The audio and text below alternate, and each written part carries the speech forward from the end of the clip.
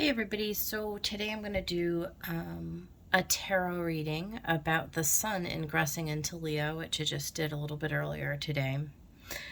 So I pulled a chart and we're going to go over the astrology, just some of the main points, and then I'm going to go ahead and pull tarot cards. So here is the chart. You can see we've got the sun at 0 degrees Leo. So first I want to talk about, we've got yellow today in the chart. So what that is an aspect called a quintile. It's 72 degrees. It's a positive degree. It gives a very creative, and it's beautiful because Leo is such a creative sign. So I love that we've got a lot of creative energy going on in this chart. So we've got two yellow aspects that are very exact, right? There's very little separation, meaning that the degree points, let me look here. Yeah, there is 0 degrees of separation between the sun and Uranus. So this is, like I said, it's a very creative energy that it gives. You know, it Sun Uranus, right? So the sun is sort of like our personality, our ego, and the sun Uranus, it allows one to create like a very technically precise type of behavior where you emphasize how you're different from others. So in the evolution of one's personality, you know, we go through first how we're the same as other people, and then as we evolve, we go through how we're different from others, and that's what this particular aspect is showing us. This is like a person who just automatically attracts attention, right? They're so unusual. They're so innovative. And so there's something else here about like not imposing our morality on other people, right? So sometimes, you know, you could be on either side of this where you feel like defensive in letting your freak flag fly. Wow, that's hard to say. So there's this gradual attunement to where, you know, there's no need to get defensive because you realize that you're distinctly different from somebody else. So you can be on either side of this. Somebody who feels the need to be defensive over it, or somebody who is just trying to like steamroll and push it onto other people, right? So either way, where you're calling somebody out because their unusualness is just so out in right field or out in left of center, like however you want to say it.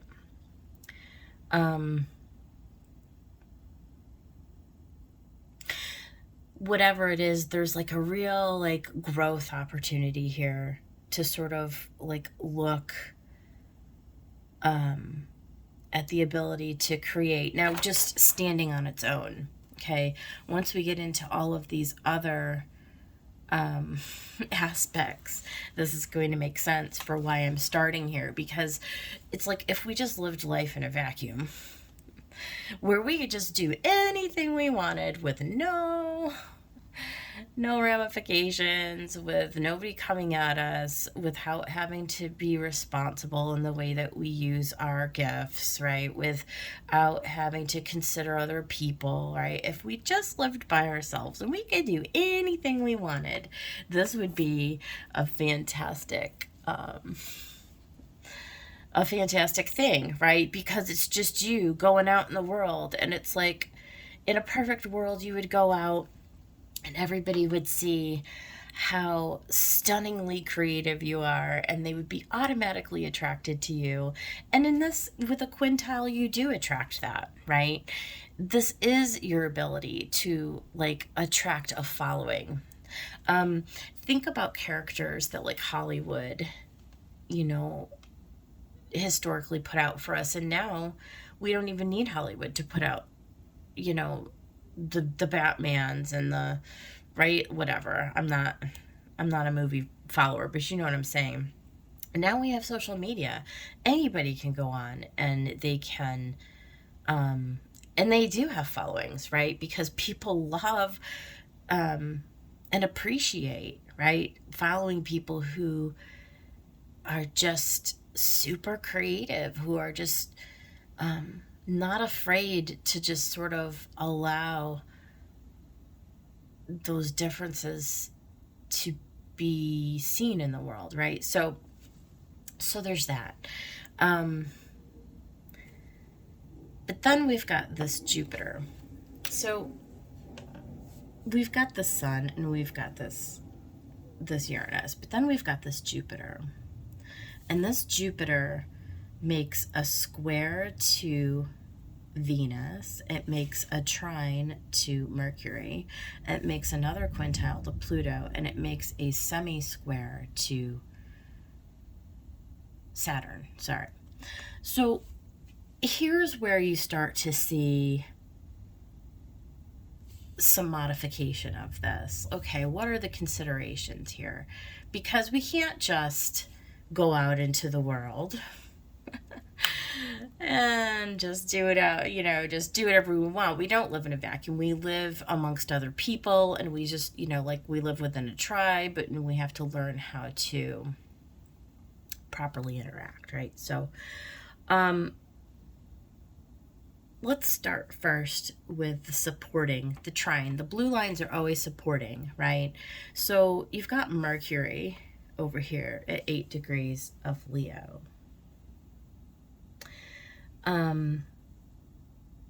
And that's where,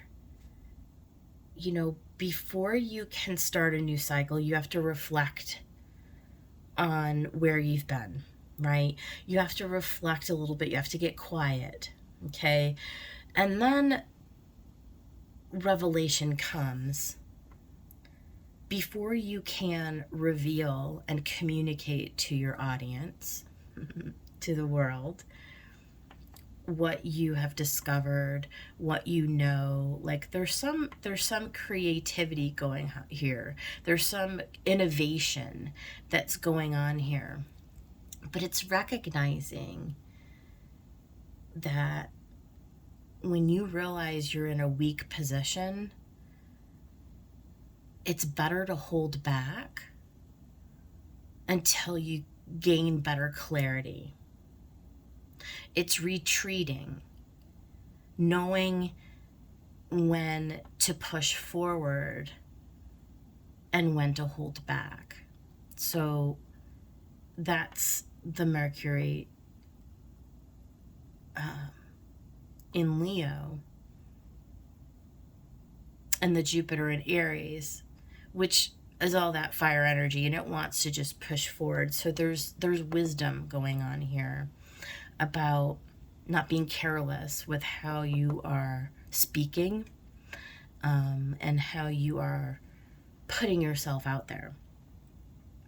Then we have this lovely quintile, again, a creative aspect to this Pluto in Capricorn. And this is where we accept the limitation. Okay? It's the first step in transcendence. It's the energy to maintain your identity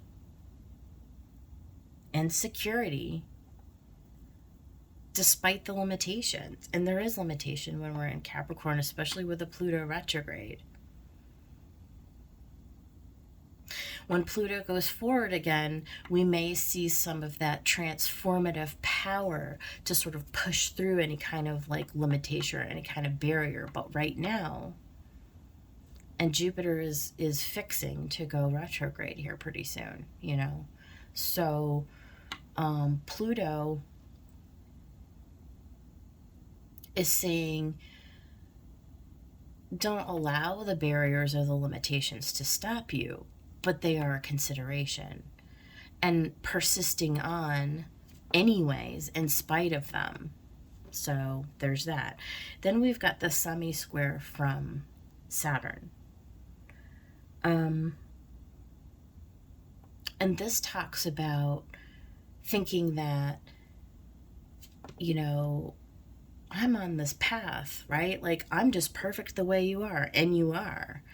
But there are layers to that perfection, right? So it's like you learn something about yourself, you learn something about, you know, whatever, what it is you're supposed to be doing with your gifts, how you're supposed to be showing up, how you're supposed to be communicating with people, how you're supposed to be, you know, responsible with what it is that you're here to be doing or to be saying.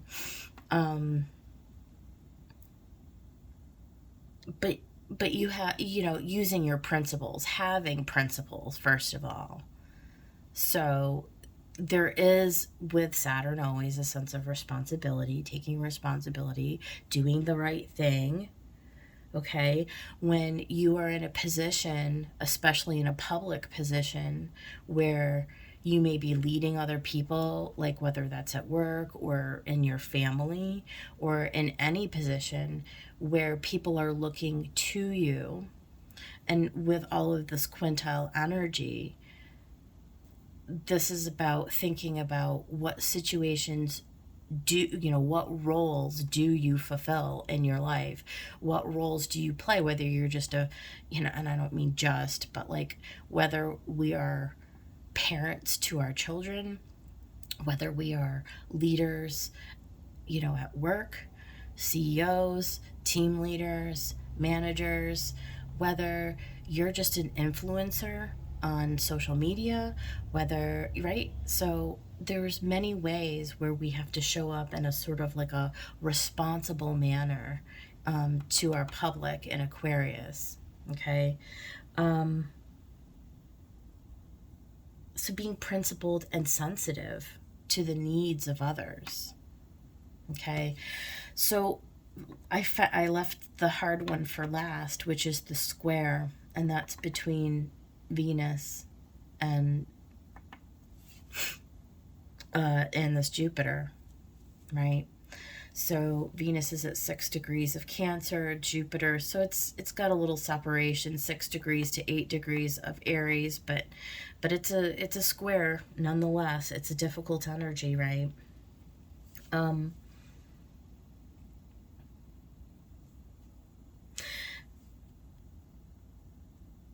It's about wanting to just, like I said, let that freak flag fly. That's really, I don't know why I'm saying that. That's hard to say. It's wanting to just like push forward and be exuberant and share yourself with the world. And, you know, like, I don't give a crap what anybody thinks about me, right? But the square is like, no, you've got to know when to pull back. You know when you need to go into stillness and to stop, you know, to focus, to channel energy. It's restraint that deals wisely with impulsive temptation, right? Like,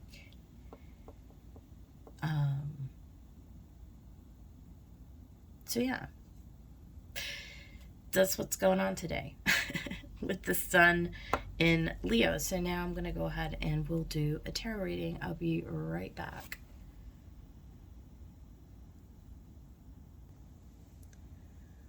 All right, I got everything cleaned up and we are ready to go. I'm going to go ahead and do a reading now for the sun in Leo. Spirit, guides, and angels, let's get a message for the collective. What do they need to know? Look at that. We had an upside down card. For the sun in Leo, what do we need to know about the sun in Leo at this time. Thank you.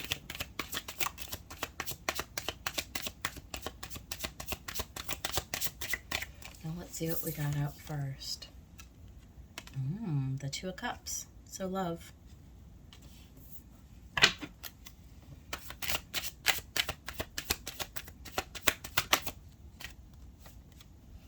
Queen of Wands. Bold, brave, assertive. Ooh, look at that. The Empress. Death.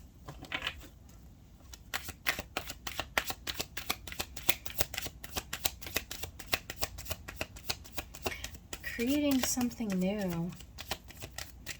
There may be new people entering into your life. Five of Swords. After a time of defeat, after a time of difficulty. Four of Wands, completion. There's definitely a pushing forward. And creating for yourself something that's more harmonious, that's like better in alignment. Let's get a couple of more.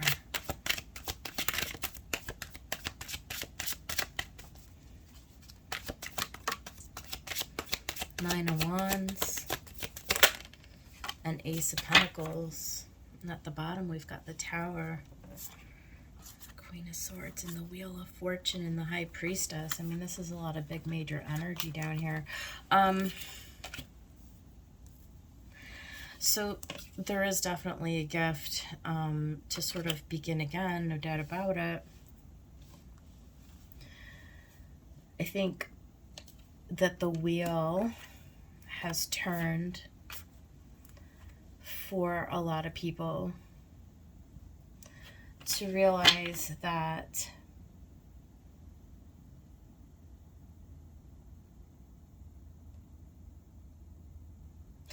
some of the relationships and some of the ways that we've gone around in our life, it's time to sort of use that history, that vision, that experience that we've been on, and to sort of push through that, to have the strength and to have the courage to pick ourselves up and, you know, maybe to consider how we begin again, we begin anew.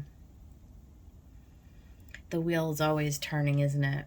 So I see something here with soulmate energy, and of course that can be romantic. Everybody will go there first, but it doesn't have to be romantic. It can certainly be about the people, again, who we keep in our inner circle. We've got a lot of circles here.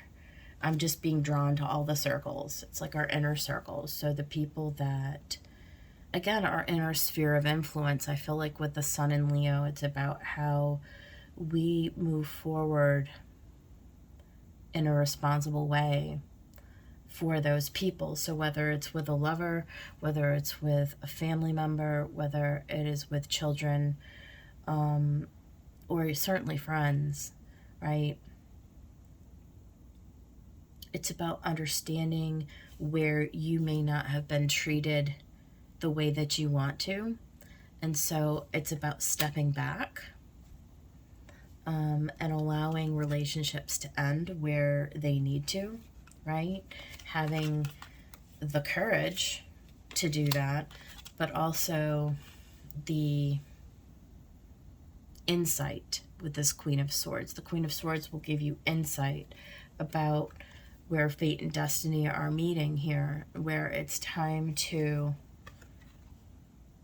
you're right, like, listen to your intuition.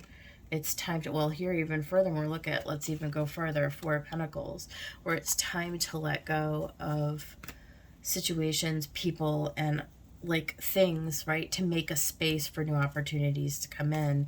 You have to retreat. It's like we were saying here, and I'm going to refer to this, right?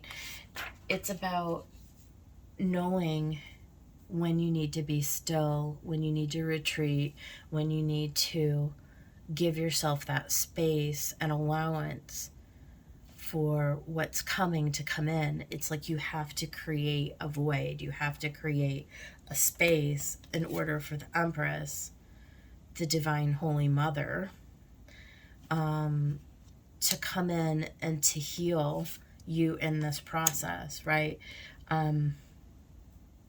Sometimes we beat a dead horse,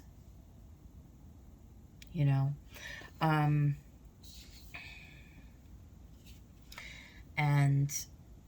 the thing with soulmates is that we have different kinds of contracts with different kinds of people, okay? And not everyone is meant to be in your life forever. You know, these shifts are seasonal. And that's what I keep getting when I look at this Ace of Pentacles. I just see all of this growth on the outside of this pentacle. And it's like, is the relationship, I mean, I feel like this specifically deals with a relationship with you and one other person in your inner circle where there's been a lot of difficulty, there's been a lot of fighting, okay? A lot of defensiveness, a lot of like not being able to see each other in a right way, and you've got that nagging, sneaking suspicion that the time is long past due for it to be over. It's like, you know that. I mean, no one needs to tell you that. You already know. But yet you've been holding on. You've been holding on. And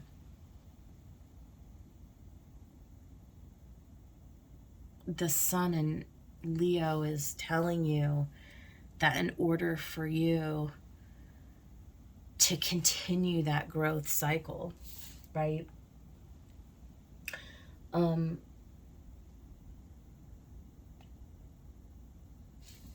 order for you to continue to grow, there's something about power here with this Pluto, with this death, with this tower. It's about retreating so that you can tap into your own power. It's understanding how you might be giving your power away, right?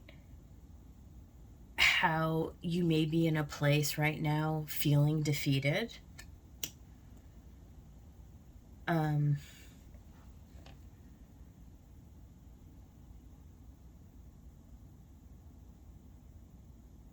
just looking at all the fire. The fire of purification that burns away all of the unnecessary energy. It like burns it away from your being, from your person, meaning you.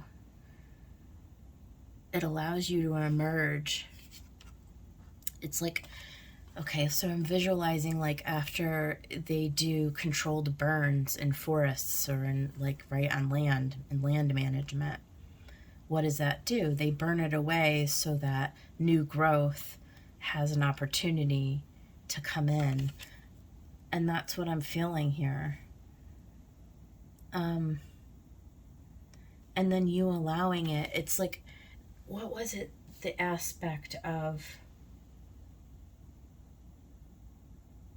yeah, it's that Mercury. See, in order for you, and it's right here with the sun, in order for you to emerge and to evolve, right, into this new expression of yourself with Mercury, You have to know when enough is enough. You have to trust that trying to like fight for something, like I said, beating a dead horse, it's not going to give you a different result. There are circles of karma, right? Like, it's like not being so proud to think that once you've gained some clarity and understanding, that there's not more to understand, because there are levels of understanding, right? It's like we come for full circle. I keep seeing the circles. We come full circle. We come to an understanding about a relationship and we say, okay, now I understand the dynamic that's going on there, but like there's something within us that doesn't want to let it go anyways. Why? Why? Is that a little hubris there? Is that a little us thinking, oh, well, I've achieved my end. I understand this dynamic for what it is. We got through this last cycle of arguing and fighting and so on and so forth, but am I still holding on to it unnecessarily instead of listening to my intuition, which is saying no, better to walk away, better to take some time on your own. Because that's where you're being led, right? So that something brand new can grow from that. It's like giving yourself the space and not being so full of yourself. It's like, be you, but knowing when to put the brakes on and knowing when not to push it onto others, right? Knowing how to give other people space. So there's a growth within understanding the back and forth of relationship, understanding when to give, and understanding when to take, and understanding when to retreat. And we are in a retreat mode. We're in a retreat mode so that something new can be birthed. Okay? So, does that mean that we just, pack up our shit and leave? No, not always. I mean, sometimes if you're in a dangerous situation, right? Of course, then yes, you do. But,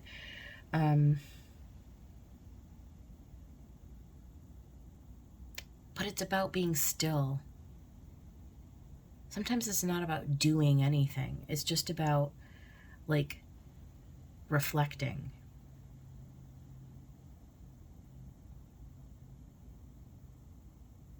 And understanding, again, that we don't live in a vacuum, okay? We live in a place with, going on 8 billion people. There's a lot of people around, right? So it makes it all the more chaotic and, interesting and whatever other words you want to use for what's going on right now. Using your talents and your gifts respectfully is what I would say. So that is going to be our reading. That's all I'm going to do. I don't feel like we need any clarification here. I think this is pretty complete on its own. Allow things to happen how they're going to happen, and just don't push back against it, because if you can do that, if you can have the confidence in yourself and the true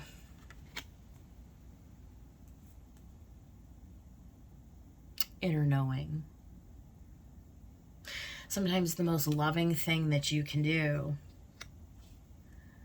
is to just let things go and allow the tower to fall and allow the gift